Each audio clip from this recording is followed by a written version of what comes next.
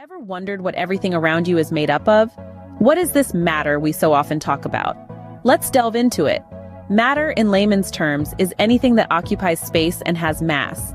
Think about a book resting on your desk, a droplet of water trickling down a leaf, or the air you breathe in. These are all examples of matter.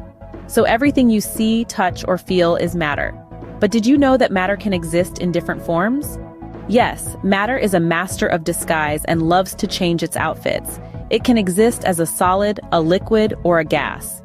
Picture this, a sturdy oak table or a rugged mountain rock. These are examples of solids where the particles are like close-knit family members, tightly packed together. Now imagine a glass of refreshing water or a jug of sweet apple juice. These are liquids, where the particles are like friends at a park, close but with a little more room to move around.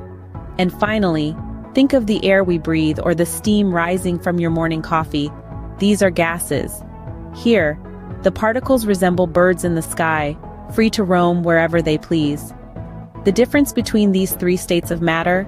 It all comes down to how the particles are arranged.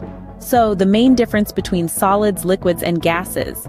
It's all about how much freedom the particles have to move around. But wait, there's more to the story of matter. Yes, indeed.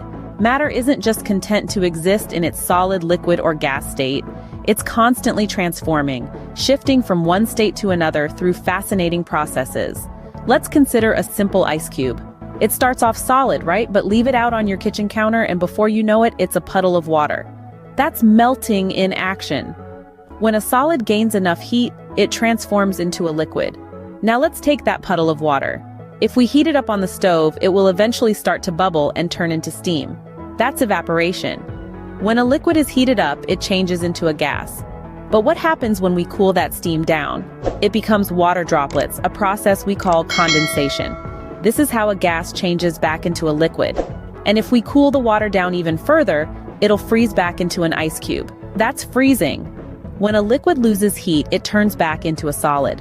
These processes aren't just happening in our kitchens. They're happening all around us, all the time. The water cycle that sustains our planet? That's evaporation, condensation, and precipitation at work. And there you have it. Matter is everywhere, existing in different forms and constantly changing. It's all part of the magical world we live in.